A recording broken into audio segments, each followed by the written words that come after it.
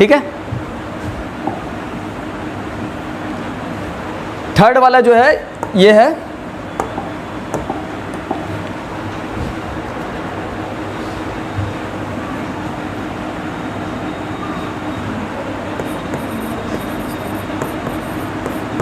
Market price is equal to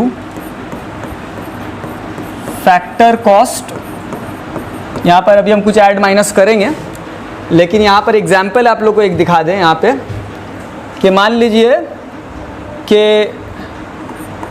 ये सब factor cost होगी ना, रेंट है, वेजेस है, इंटरेस्ट है और प्रॉफिट है। इसको ऐड करेंगे तो क्या आएगा, FC यानी कि फैक्टर कॉस्ट आएगा। ठीक है, पूरा ज़मीन का रेंट मान लिए या जगह का रेंट जहाँ पर गुड्स प्रोड्यूस हो रहा है, ठीक है, तो वो तो रेंट ज़्यादा होगा। मान लिए हम कहीं गुड्स प्रोड्यूस कर रहे हैं, रेंट जो है 50,000 रुपया, लेकिन रेंट तो ओवरऑल 50,000 रुपया है, ठीक है, लेकिन पर गुड्स पे रेंट तो कम पड़ेगा ना। एवरेज पे एक गुड्स पे रेंट कितना पड़ रहा है, तो हम एक गुड्स का रेंट लिख रहे हैं। सपोज रेंट 2 रुपया है, वेजेस 3 रुपया है, कैपिटल का इंटरेस्ट 2 रुपया है, प्रॉफिट 3 रुपया। तो ऐड कर दिए इसको तो कितना आ गया, ₹10। तो ये फैक्टर कॉस्ट मेरा कितना है, ₹10 है। मतलब एक गुड्स पे रेंट हमको मतलब रेंट का जो पार्ट है, ठीक है, एक गुड्स पे मेरा 2 रुपया पड़ रहा है। लेबर का वेज जो है वो ज़्यादा होगा, जैसे कि मान ले रहे हैं कि हम गुड्स तो एक गुड्स तो नहीं प्रोड्यूस कर रहे, बहुत सारा गुड्स प्रोड्यूस कर रहे हैं, तो वो वेज जो दे रहे हैं हम सब गुड्स में डिवाइड हो जाएगा। नंबर ऑफ गुड्स जितना प्रोड्यूस करे उससे डिवाइड कर दिए, तो पर गुड्स का वेज कितना पड़ रहा है, 3 रुपया, इंटरेस्ट 2 रुपया पड़ रहा है, ऐड कर दिए तो फैक्टर कॉस्ट 10 रुपया। इसका मतलब क्या है कि ये चारों फैक्टर्स ऑफ प्रोडक्शन, ये टोटल मेरा इतना ही खर्च है, ठीक है, लैंड का रेंट, लेबर का वेज, कैपिटल का इंटरेस्ट, ऑर्गेनाइजेशन का प्रॉफिट, ऐड कर दिए तो मेरा एक गुड्स का खर्च कितना पड़ रहा है, 10 रुपया। ये 10 रुपया में हम गुड्स बेच सकते हैं। क्यों बेच सकते हैं, क्योंकि हम अपना प्रॉफिट भी जोड़ लिए हैं, 3 रुपये प्रॉफिट जोड़ लिए है ना, तो ऐड करेंगे। अगर हम 10 रुपये में बेचते हैं गुड्स को, तो हम रेंट भी दे देंगे, वेज भी दे देंगे, इंटरेस्ट भी दे देंगे, अपना प्रॉफिट भी रख लेंगे 3 रुपया में। तो ये फैक्टर कॉस्ट हम बेच सकते हैं, हम सब कुछ जोड़ लिए अपना इसमें। लेकिन फिर बीच में गवर्नमेंट आया और वो बोला कि देखिए ये तो चलेगा नहीं, हम रोड कैसे बनाएंगे, हम जो है स्ट्रीट लाइट कैसे लगाएंगे, हम आपको लॉ एंड ऑर्डर को मेंटेन कैसे करेंगे, इस पर तो खर्च करना पड़ेगा, मेरे पास पैसा कहाँ से आएगा।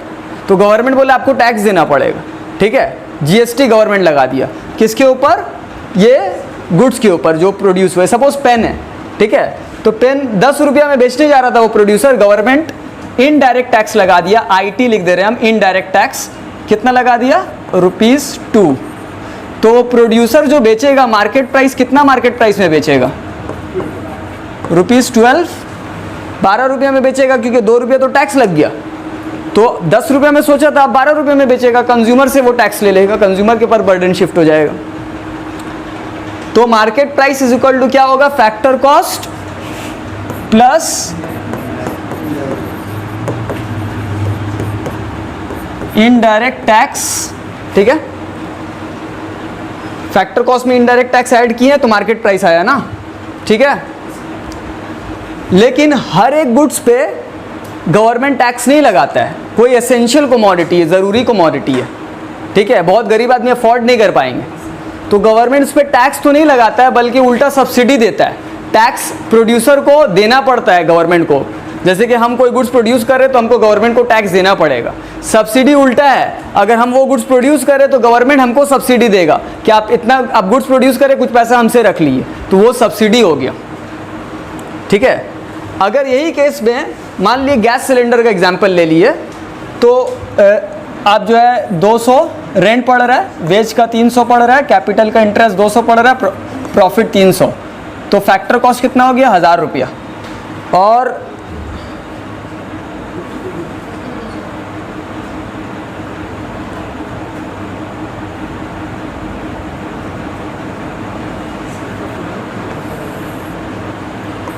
ठीक है, तो गवर्नमेंट क्या बोला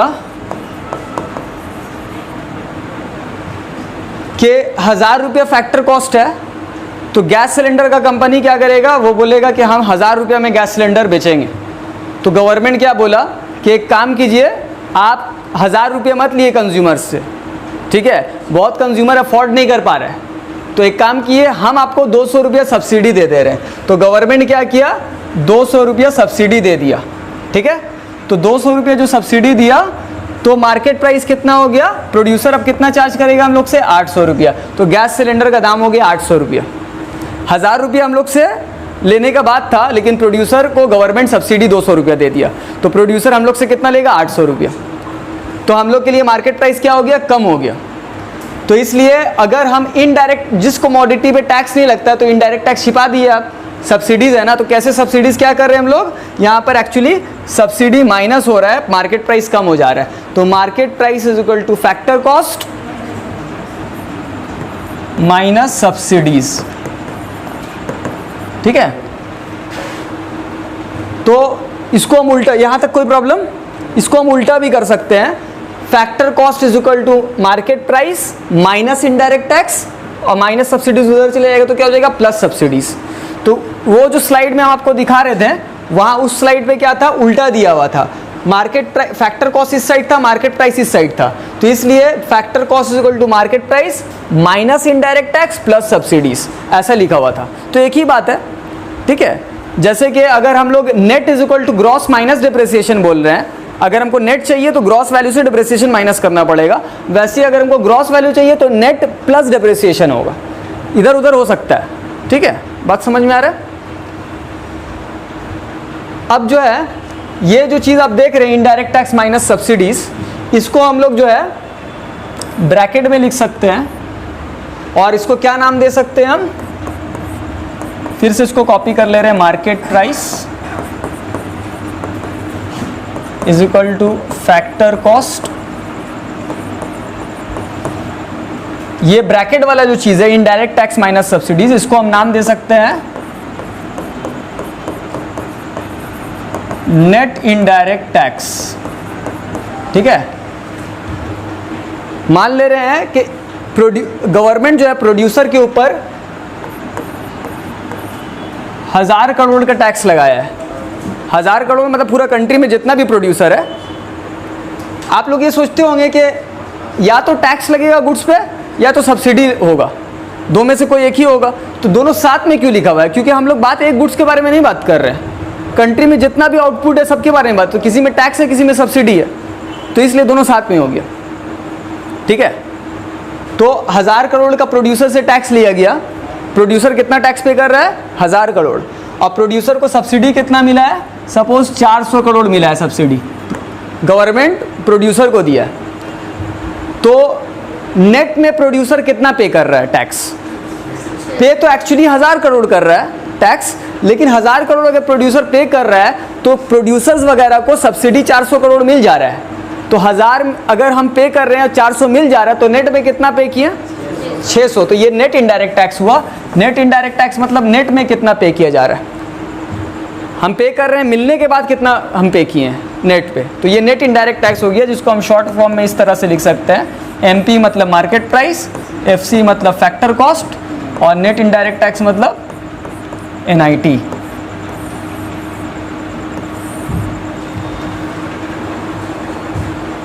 कोई प्रॉब्लम यहाँ तक? तो ये जो है हम लोग का हो गया जितना भी नेशनल इनकम एग्रीगेट्स पार्ट था, ठीक है, वो सब पार्ट हो गया। अब इसमें जैसे कि फॉर एग्जांपल वहाँ पर तो हम कुछ फार्मूलाज था, जैसे कि NDP is equal to GDP minus depreciation, वैसे NNP equal to GNP minus depreciation, वहाँ पर दोनों लिखा हुआ था, लेकिन मार्केट प्राइस और फैक्टर कॉस्ट से रिलेटेड नहीं लिखा हुआ है, तो यहाँ पर पहले हम उसको लिख दे रहे हैं, ठीक है। तो यहाँ पर टोटल कितना टर्म होता है, अगर यहाँ देखें तो टोटल 4 टर्म होता है। एक है GDP, दूसरा है GNP, तीसरा है NDP, और चौथा है NNP, ठीक है। लेकिन अब और भी टर्म्स बढ़ जाएगा यहाँ पर से, मार्केट प्राइस और फैक्टर कॉस्ट के हिसाब से, ठीक है। तो अगर ये जीडीपी एट मार्केट प्राइस है, इसको हम सफिक्स पे लिख दे रहे हैं छोटा करके, जीडीपी एट मार्केट प्राइस है, मार्केट प्राइस पे कैलकुलेट हो रहा है। मार्केट प्राइस और फैक्टर कॉस्ट में थोड़ा सा फर्क रहेगा। जैसे कि आपको गैस सिलेंडर का एग्जांपल लिए तो 1000 है तो एक 800 है, पेन का एग्जांपल लिए तो 10 रुपये फैक्टर कॉस्ट है तो 12 रुपये टैक्स है। तो जो टैक्स और सब्सिडी के वजह से थोड़ा सा प्राइसेस में फर्क है, फैक्टर प्राइस भी बोल सकते हैं, फैक्टर प्राइस है और एक मार्केट प्राइस है, दोनों प्राइसेस में थोड़ा सा डिफरेंस है। तो कभी कंट्री का आप आउटपुट फैक्टर कॉस्ट पे भी कैलकुलेट कर सकते हैं, मार्केट प्राइस पे भी कैलकुलेट कर सकते हैं। जैसे कि एक एग्जांपल आपको हम दे दें, अगर मान लीजिए सब्सिडीज़ का कोई कंसेप्ट नहीं है, सिर्फ टैक्स है, ठीक है, तो हम एक एग्जांपल दिए थे ना कि 100 चेयर्स प्रोड्यूस हो रहा है, तो आप प्राइस इनटू क्वांटिटी किए थे उस टाइम में, तो प्राइस कितना है एक चेयर का 500 और क्वांटिटी कितना 100, तो कंट्री में कितना का आउटपुट प्रोड्यूस हुआ 50,000 का, ठीक है। अगर ये मार्केट प्राइस है, मतलब 500 रुपये में हम चेयर खरीद रहे हैं, तो चेयर जब खरीदेंगे उसमें तो टैक्स इंक्लूडेड होता है। मान लिए टैक्स 500 रुपये में कितना था 50 रुपये टैक्स था, तो मार्केट प्राइस जो है ये जो है क्या है मार्केट प्राइस है, मार्केट प्राइस। और फैक्टर कॉस्ट कितना है, फैक्टर कॉस्ट पे अगर हम कैलकुलेट करें तो फैक्टर कॉस्ट 450 रुपया है। वो 500 रुपये क्यों दाम हो गया, क्योंकि 50 रुपये इस पर टैक्स लग गया है। अगर 450 रुपये करके हम कैलकुलेट करें, हाँ 100 चेयर का कितना हो जाएगा 45,000 रुपीज़ दाम हो जाएगा। तो ये जो है कंट्री का जीडीपी है क्या चीज़ पे, फैक्टर कॉस्ट पे, और ये कंट्री का जीडीपी है मार्केट प्राइस पे, ठीक है। तो इसको हम लोग बोल सकते हैं जीडीपी एट फैक्टर कॉस्ट और इसको जीडीपी एट मार्केट प्राइस, क्योंकि ये मार्केट प्राइस पे कैलकुलेट हो रहा है, वो फैक्टर कॉस्ट पे कैलकुलेट हो रहा है। तो यहाँ पर भी अगर आप देखिएगा तो जीडीपी, ये भी जीडीपी है सपोज, ठीक है। तो ये लेकिन मार्केट प्राइस पे है, ये फैक्टर कॉस्ट पे है, तो दोनों तो जीडीपी है और कोई फर्क नहीं है, सिर्फ मार्केट प्राइस और फैक्टर कॉस्ट का फर्क है। तो क्या फॉर्मूला है, market price is equal two factor cost plus net indirect tax, यही है ना फॉर्मूला। यहां पर भी वही है, यहां पर भी जीएनपी है, लेकिन सपोज ये मार्केट प्राइस पे है और ये जीएनपी, ये भी जीएनपी है सपोज, इसको हम यहाँ पर से ऐसा, ये जो है फैक्टर कॉस्ट पे है। तो यही दोनों तो जीएनपी है, कोई फर्क नहीं है, सिर्फ फर्क है एमपी और एफसी का। तो MP is equal to FC plus net indirect tax, यहाँ पर भी वही है, सॉरी दोनों एनडीपी है, लेकिन ये मार्केट प्राइस पे या फैक्टर कॉस्ट पे, तो प्लस नेट इनडायरेक्ट टैक्स, और ये भी वैसा ही है।